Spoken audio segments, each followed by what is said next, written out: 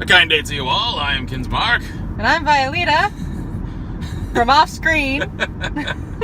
Alright, so that's how we're doing this. Yes.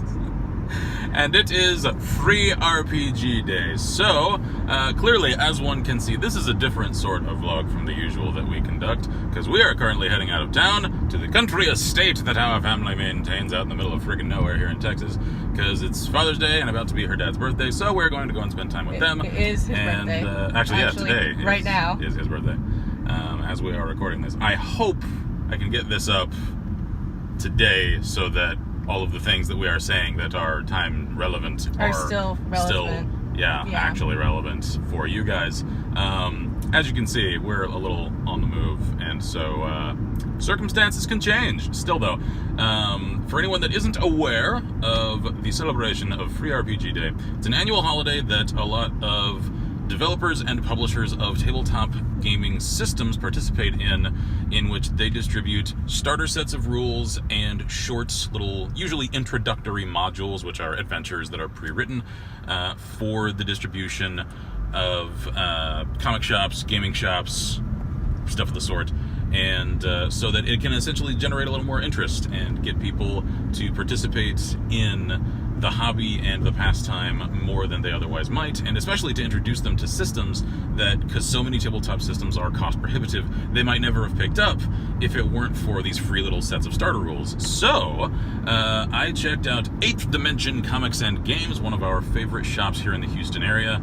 Check them out. I'm not paid to plug them or anything. I just really enjoy the work that they do. They maintain a very clean, very well-stocked, and very friendly staffed store. I've enjoyed chatting with the owner there several times, and I really enjoy him, so I figured I'd give him a little free plug here. And I'm also trying to avoid cars that are acting douchey here on the road, because city traffic, man. Anyway, otherwise, I picked up a handful of things. I actually really like the assortment that is available this year. There's a fair amount of stuff from large names and small alike, and some of the independent projects that are distributing their free little starter rules look pretty interesting. I do want to let you guys know that if you go to Drive-Thru RPG or RPG Now, there are a lot of indie devs that also tend to put things on sale or for pay what you want or free for Free RPG Day. That's cool. I didn't know that.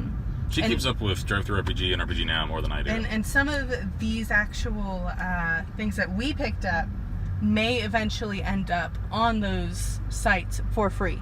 That's cool. So if you miss it, you can sometimes still get it, even if it's not Free RPG Day anymore. Yeah. So, one last thing about Free RPG Day, until we can actually pan over to my loot for the day, is anyone checking around for whether there are any participating stores around them can check freerpgday.com. There is a retailer finder on the website proper. Just plug in the city that you live in, or I think like the zip code or something. You want to do the city and either the state, state or province, or and of course country. The country as well.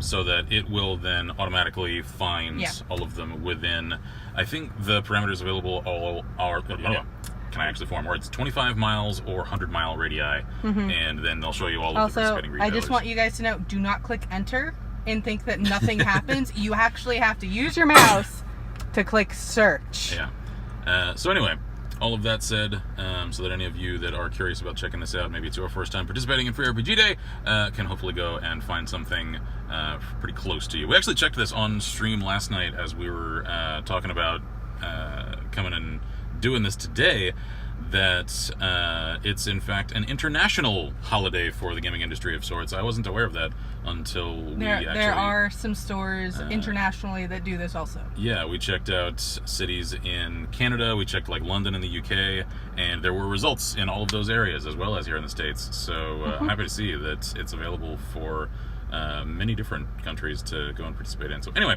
can we pan over to the stuff now? The stuff. Oh dear. We have a lot of glare. Yeah, I am sorry. Woo!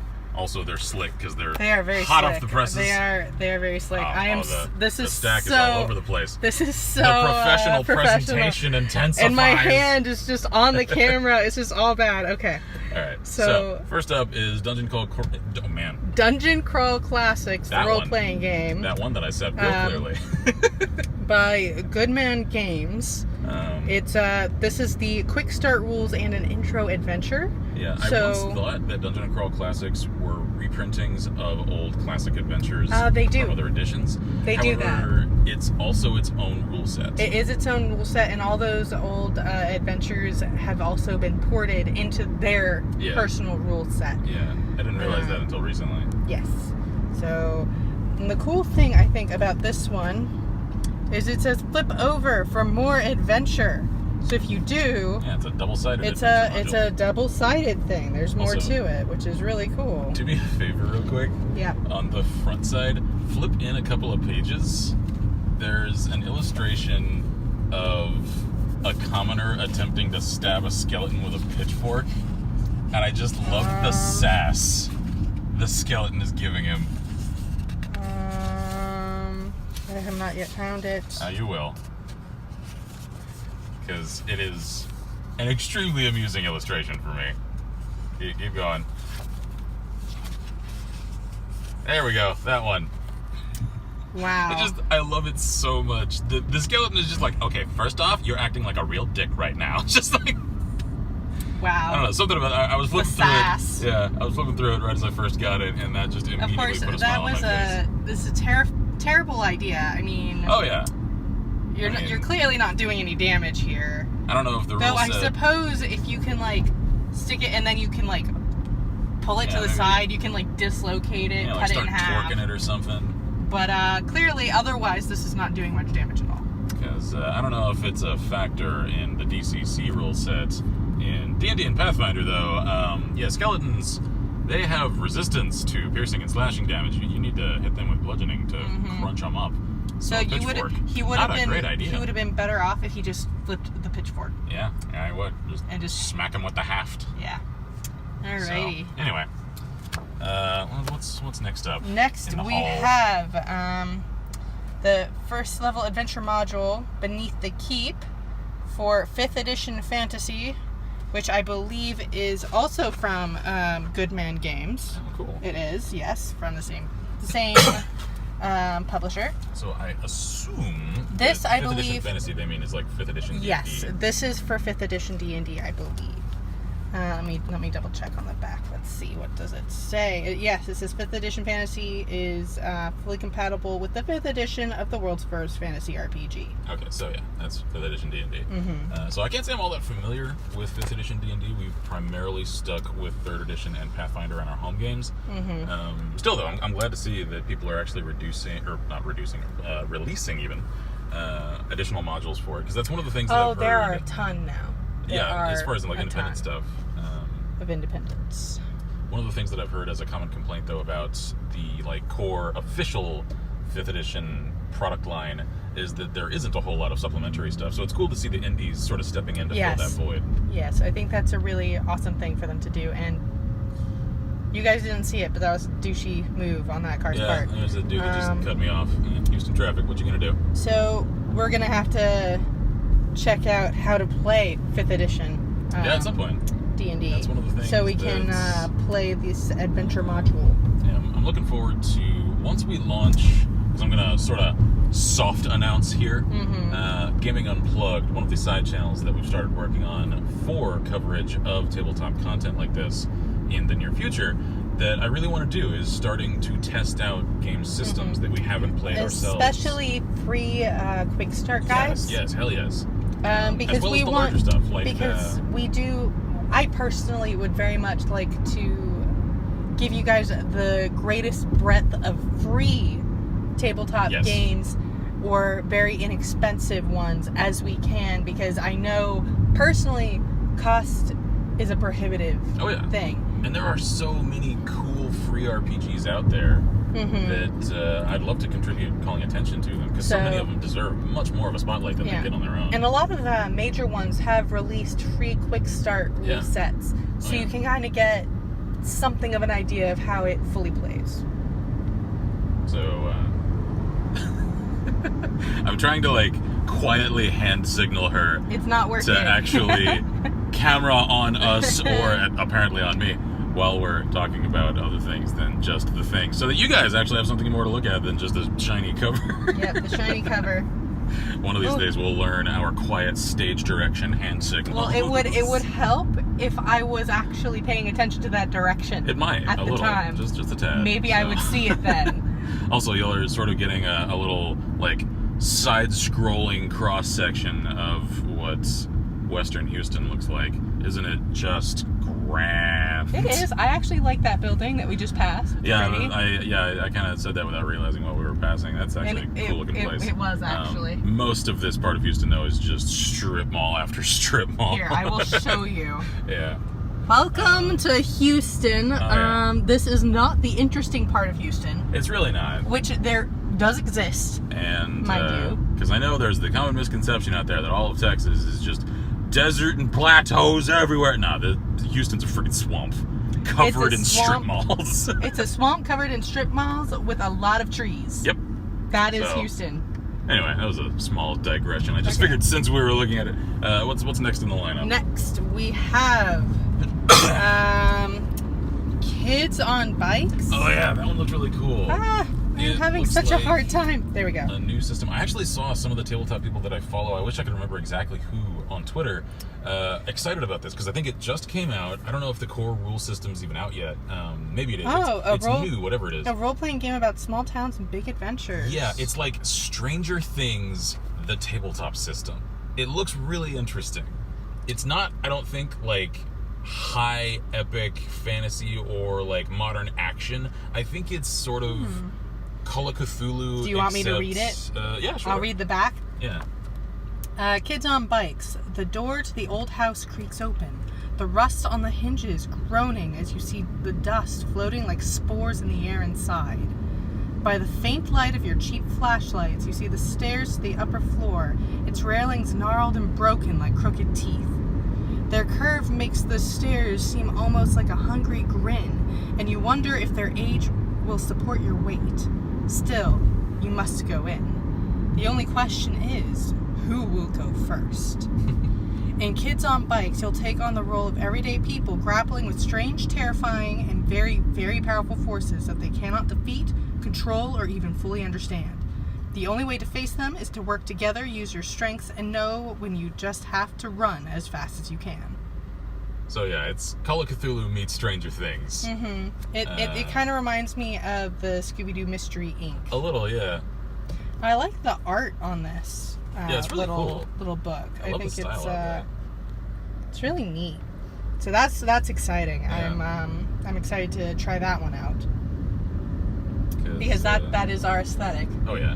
Or rather, one of our aesthetics. I like systems because they're a cool departure from the norm, in which one isn't expected systemically or narratively to actually defeat the thing you're up against. You're not meant to really win. Your win state is you survive. Yeah, exactly. Getting out alive and having the ability to go home, that is your victory condition.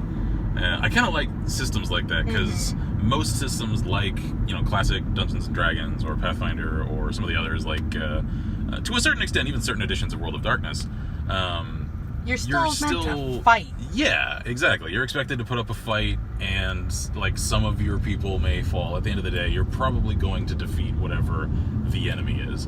Some of these side systems, though, I'm probably sort of downplaying them, calling them sides, like independent systems, smaller systems, are not set up with those same expectations, and it's cool to change the paradigm a little that way. So anyway, that one really caught my attention when I saw it on the table. Alright, next up we have our semi-OG, I guess, is the Pathfinder module. We be super goblin. Oop, my hand got in the way. We be super goblins. Because every year, Paizo put out their Weeby Goblins series. Which is their free RPG thing. Yeah. This one is for level 6. They're adventure modules in which the player characters are all goblins. It's hilarious and adorable. Adorably vicious and murderous. and I really enjoy them. So we're looking forward to this. We have, I think, 3 different Weeby Goblins also here, modules. This shows a little more of the, this is the swampy nature of welcome the to Houston. Yeah.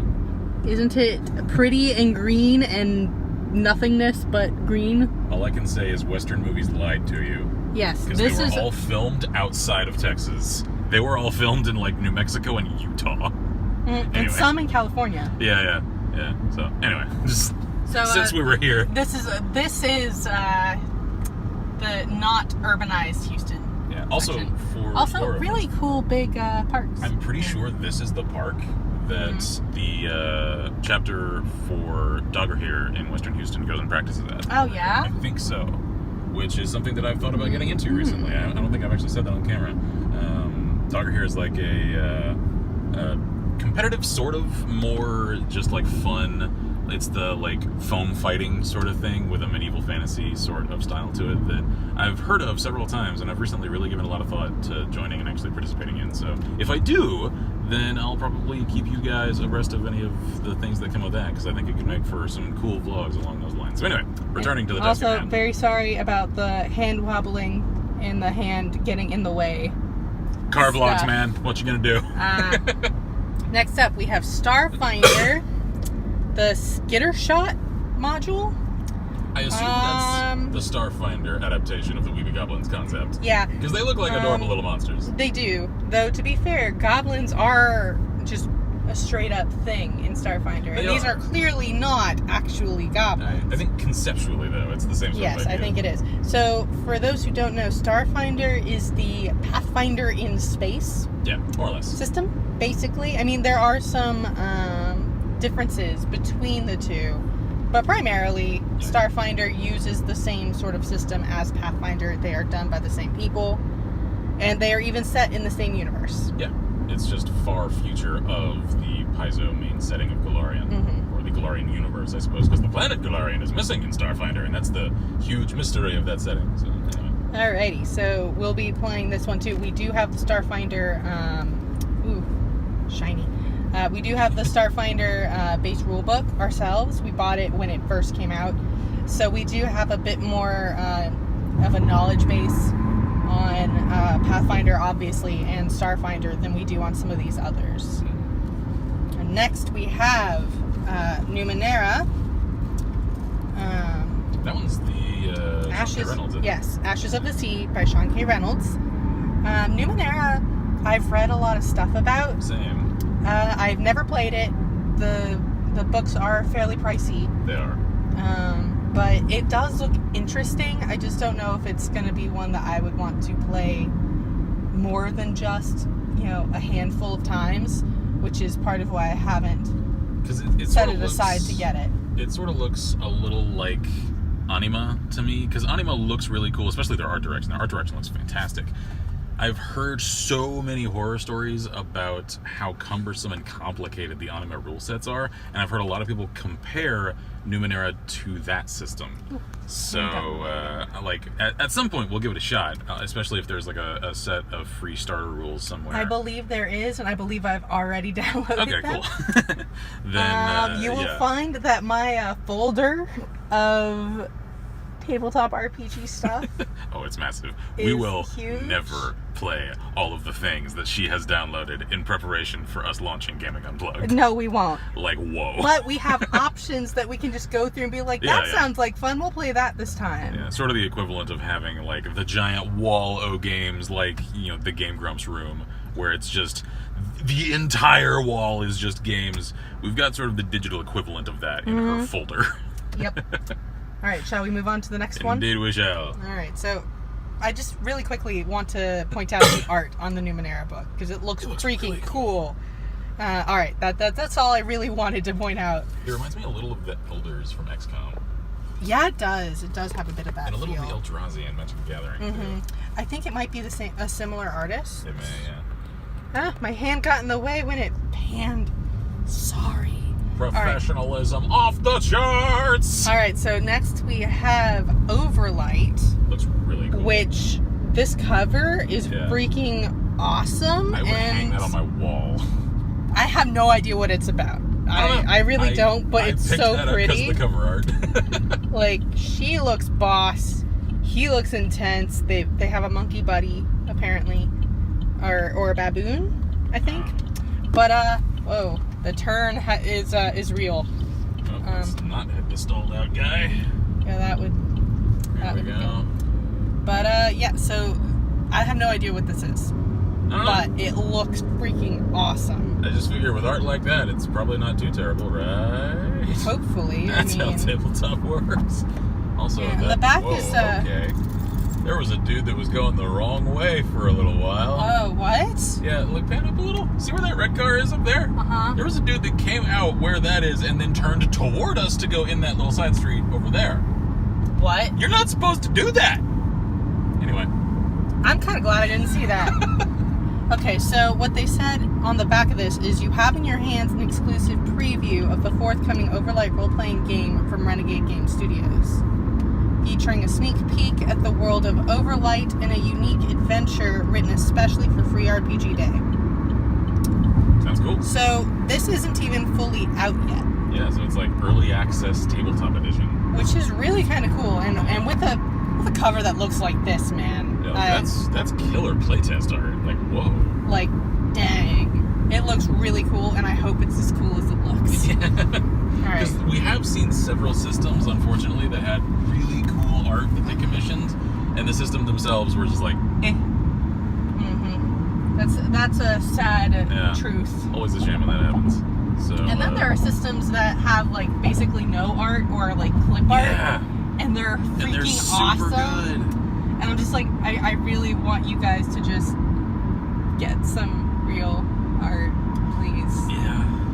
Alright, so shall we move on to the next? Yeah, what else left? I think this is it. Oh, okay. Unknown Armies, Maria in 3 parts. I have no idea. I don't know. Let's see what it says on the back. Yeah, when I looked at the little synopsis, it looked interesting. I'm still not entirely sure what it is, though. Atlas Games presents Maria in 3 parts. Unknown Armies. You are a cabal of adepts and avatars, minor checkers in the occult underground. You get word from a mutual friend of yours that someone very important to keeping the peace in your city has gone missing. Sure, people go missing all the time, but this woman, Maria, is a Van Helsing. If she dropped off the radar, who knows what kind of mess she's gotten herself into. This game book includes rules, characters, and a scenario called Maria in 3 parts that you can play using the 3rd edition of the I don't know how to say that, award-winning role-playing game Unknown Armies. I have no idea what that is. I assume the starter set rules are in there so that you can just pick this up and play that module. Mm-hmm. Maybe, hopefully. I think so. It does say that the Game Master should read this book through at least once.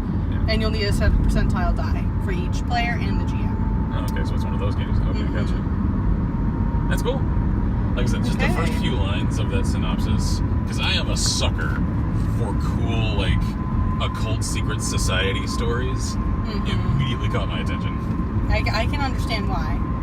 Alright, I'm going to pan back over to you. Alright, so as you can see, we've made our way onto the highway. Onto the highway. The interstate, technically.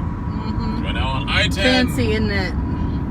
Just the highway that stretches from, I think, coast to coast across the United States. I think so. And we have about a 3-hour drive ahead of us, so we're going to spend most of it looking at this highway.